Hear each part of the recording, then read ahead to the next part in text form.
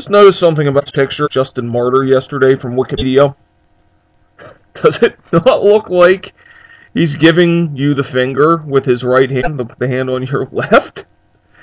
Maybe he saw the way the Tower misrepresented him and said that he believed that Christ was a created angel, and there should you believe in the Trinity pamphlet, and this is what he's, in essence, saying to them. Jehovah's Witnesses, if you do not want to hear information that is devastating to the notion of the apostles using the divine name in their writings and teaching it to the people they preach to, turn this video off right now. I'm serious. This is crushing information concerning this, and this is from a quote from my boy Justin Martyr. This is from his First Apology, chapter 61. This is not a very friendly verse to Oneness Pentecostals, nor is it a very friendly verse to JWs. He's talking about when Christians get baptized.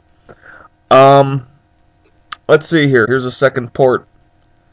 Talking about,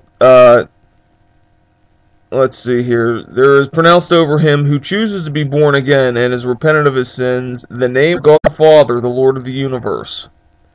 He who leads to the latter, that person is to be washed, calling him by this name alone. In other words, calling him God the Father. For no one can utter the name of the ineffable God, and if anyone declares to say there is a name, he raves with a hopeless madness. So what if Justin thought that? Huh? Well, I want you to think about this. Justin was born in, I think, area, became a Christian as a young man, maybe in his late 20s. No, I don't think he was any older than 30 when he became a Christian, and he spent a lot of his time, much of his Christian life, in Ephesus. So he was a young man in his 30s in Ephesus, and I want you to think about this real long and hard. He probably knew people who the Apostle John, who knew the Apostle John as young men when they were older men and women in the church in Ephesus when he was in his 30s.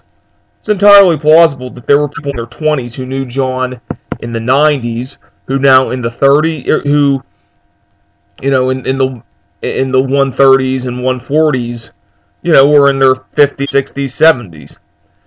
You have an Ephesian Christian having no clue, zippo nada zilch, no clue whatsoever what the divine is, none. And not only that, you'd think, you know, if it was in any of the Bible copies, the New Testament copies that he was quoting from in his works, you know, he'd certainly have a clue from there. They're not in, and these are very early copies. Heck, it's probably a bit of a stretch, but is it entirely implausible that there might even be some autographs still in Ephesus of the book of the Ephesians, letter to the Ephesians, and maybe just gospel? Alright, it's my stretch, but there are some very early copies not there.